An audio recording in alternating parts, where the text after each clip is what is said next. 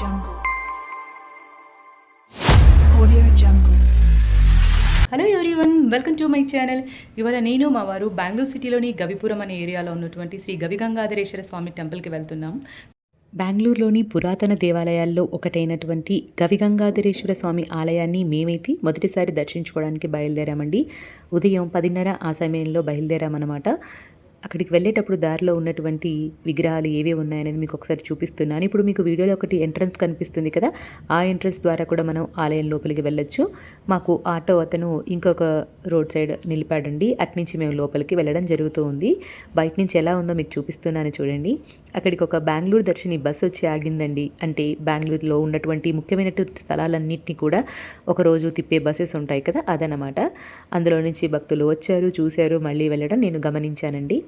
అక్కడ లోపలికి వెళ్ళగానే లెఫ్ట్ సైడ్ ఇదొక్క బండి ఉందండి, పూల బండి. అలాగే అక్కడ బిల్వపత్రి, దీపాలు అంటే ధ్వజస్తంభం దగ్గర వెలిగించడానికి దీపాలు, దేవుడికి సమర్పించడానికి టెంకాయలు అవి ఉంటే నేను తీసుకున్నాను అనమాట, అక్కడ వెలిగిద్దామని చెప్పేసి.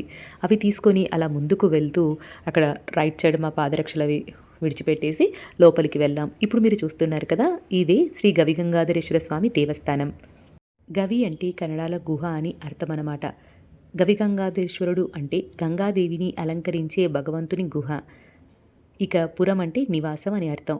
ఇలా మొత్తంగా శ్రీ గవిగంగాధరేశ్వర స్వామి దేవాలయానికి ఆ పేరుకు గల అర్థాన్ని నాకు తెలిసినది తెలుసుకున్నది మీకు చెప్పాను. ఈ ఆలయ నిర్మాణం ఒక అద్భుతం. ఈ ఆలయాన్ని వేదకాలంలో గౌతమ మహర్షి మరియు భరద్వాజ మహర్షి నిర్మించారని చెబుతారు. ఆ తర్వాత 16వ శతాబ్దంలో కెంపేగౌడ గారు అంటే బెంగళూరు స్థాపకుడైనటువంటి కెంపేగౌడ గారు పునర్నిర్మించడం జరిగింది. రామరాయలు 5 సంవత్సరాల జైలు శిక్ష నుండి విడుదల చేసిన తర్వాత గుర్తింపుగా కెంపేగౌడ గారు నిర్మించడం జరిగిందనమాట. ఈ ఆలయంలో గుహలోపల శివుడు ఉంటారు కదా, ఆ శివుడి చుట్టూ 2 ప్రదక్షిణ మార్గాలు ఉంటాయి. ఆ మార్గంలో మనం ఎంతోమంది దేవతా విగ్రహాల్ని దర్శించుకోవచ్చు. వల్లభ గణపతి, దుర్గాదేవి, అగ్నిదేవుడు, సప్తమాత్రికలు, దక్షిణామూర్తి, కాలభైరవుడు, వీరభద్రుడు, లక్ష్మీనారాయణులు, సూర్యుడు మరియు చంద్రుడు, అయ్యప్ప స్వామి, ఆంజనేయ స్వామి, మహాగణపతి, వల్లి సేన సమేతమైనటువంటి సుబ్రహ్మణ్య స్వామి, నవగ్రహాలు, వీటన్నిటిని కూడా మనం లోపల దర్శించుకోవచ్చు అన్నమాట. ఇక ముఖ్యంగా ఆలయం నిర్మాణానికి ముందుగా సూర్యపాన, చంద్రపాన అనేటువంటి 2 ఏకశిల నిర్మాణాలు మనం అక్కడ గమనించవచ్చు.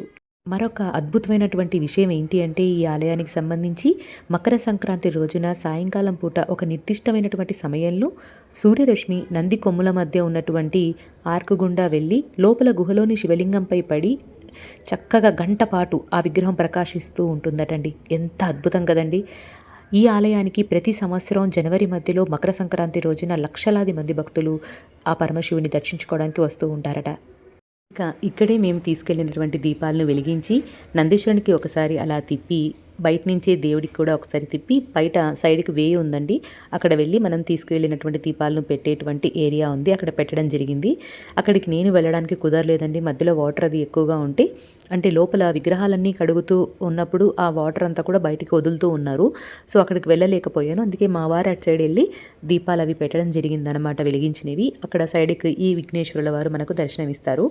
అక్కడి నుంచి అంటే దీపాలు పెట్టిన ప్లేస్ నుంచి కాస్త కెమెరాని పైకి తీసుకెళ్తే 2 బంగారు గోపురాలు కనిపించాయి కదా, అవి ఏంటో అనుకున్నాం ఫస్ట్. తర్వాత లోపలికి వెళ్ళాక తెలిసింది లోపల అదే ప్లేస్లో కింద శివుడు మనకు దర్శనం ఇస్తారనమాట.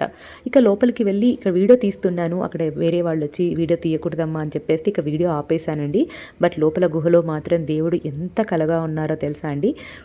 దేవుణ్ణి అంటే మెయిన్ శివుణ్ణి దర్శించుకునేటప్పుడు శివుడి చుట్టూ 2 ప్రదక్షిణ మార్గాలు ఉంటాయి. అవంతా గుహ లోపలే. ఇందాక స్టార్టింగ్లో చెప్పాను కదా, ఏ ఏ దేవతా విగ్రహాల్ని మనం లోపల దర్శించుకోవచ్చు అని, అవన్నీ కూడా మనం ఆ ప్రదక్షిణ మార్గంలో దర్శించుకోవచ్చు అనమాట. కలగా ఉన్నారండి శివుడు, మాటల్లో చెప్పలేను. 2 సార్లు దర్శనం చేసుకున్నాను అనమాట ఆ శివయ్యని. సో మేము తీసుకెళ్ళినటువంటి టెంకాయ అది పంతులు గారు అక్కడే లోపల కొట్టి ఇచ్చారు. తీర్థం అయితే సూపర్గా ఉందండి టేస్ట్. సో బయటికి వచ్చాక అక్కడ ఏదో ఆశ్రమం ఉంది అని చెప్పారండి. చూస్తున్నాను అనమాట, జస్ట్ టెంపుల్ బయటే లెఫ్ట్ సైడ్. ఆశ్రమం గురించి నాకైతే ఎక్కువగా ఇన్ఫర్మేషన్ తెలీదు, బట్ లోపలికి వెళ్ళాను, ఎలా ఉందో మీకు చూపిస్తున్నాను అనమాట. హాల్ అది చాలా పెద్దగానే ఉంది. లోపల శివాజీ మహారాజ్ ఫొటోస్ ఎక్కువగా ఉండడం నేను అక్కడ చూసానండి. ఈ ఆలయం గురించి నాకు తెలిసిన విషయాలు, తెలుసుకున్న విషయాలు ఇంతసేపు వీడియోలో మీతో చెప్పానండి. ఇంకా ఏవైనా కొత్త విషయాలున్నా, నేనేమైనా సరిగ్గా చెప్పకపోయినా నన్ను క్షమించండి.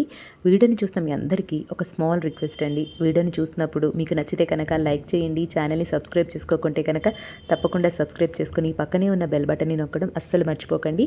అప్పుడే నేను కొత్తగా పెట్టే ఏ వీడియో నోటిఫికేషన్ అయినా మీ దాకా వస్తుంది. ఇలాంటి మరిన్ని మంచి వీడియోస్ మీరు చూడాలి అనుకుంటే కనుక తప్పకుండా ఛానల్‌ని సబ్స్క్రైబ్ చేసుకొని నలుగురికి షేర్ చేస్తారని అనుకుంటున్నాను. వీడియో చూసిన మీ అందరికీ కూడా ఆ దేవదేవుని ఆశీస్సులు ఉండాలని మనస్ఫూర్తిగా కోరుకుంటున్నానండి. మీరు చుట్టుపక్కల ప్రాంతాల్లో అంటే ఆ ఏరియాకి గవిపురం అనే ఏరియాకి దగ్గరలో ఉన్నవాళ్ళైనా, బెంగుళూరు సిటీలో ఉన్నవాళ్ళైనా సరే ఆలయాన్ని ఆల్రెడీ దర్శించుకున్న వాళ్ళైతే పర్వాలేదు. లేదంటే ఇంకొకసారి తప్పకుండా దర్శించుకోవాలని మనస్ఫూర్తిగా కోరుకుంటున్నాను. ఇంతసేపు వీడియో చూసిన మీ అందరికీ థ్యాంక్ యూ సో మచ్ అండి.